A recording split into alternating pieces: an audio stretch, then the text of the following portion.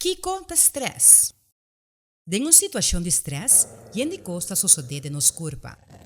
Nos corpo mesura, talaga dois hormonas los, adrenalina e noradrenalina. E hormona ng aki, tapone bu coração bate mais liye. O músculo não tabira tenso e mais oxígeno tabay na bo cerebro.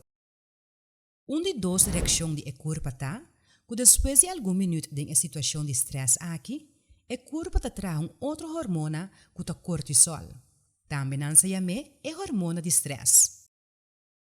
E hormona aqui ta põe o nível de suco de sangue subir, de maneira que por energia rapidamente.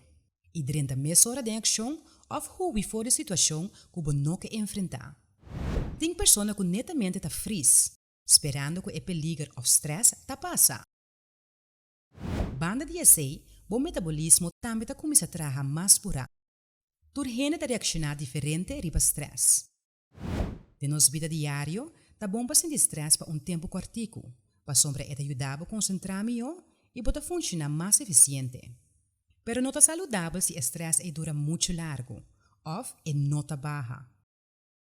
No momento que o stress dura muito largo, pode ocasionar problemas físico e psíquico. Fisicamente, pode dolor de cabeça, defesa imunológico abau, queijo de lomba e problema com o dormimento. Psicicamente, esta causa que pode vir facilmente irritar, pode ter problema com concentração e que pode sem ânimo e hopi bia, bo nota mira humor den costan mas. Também hopi bia, bo comportação ta cambia.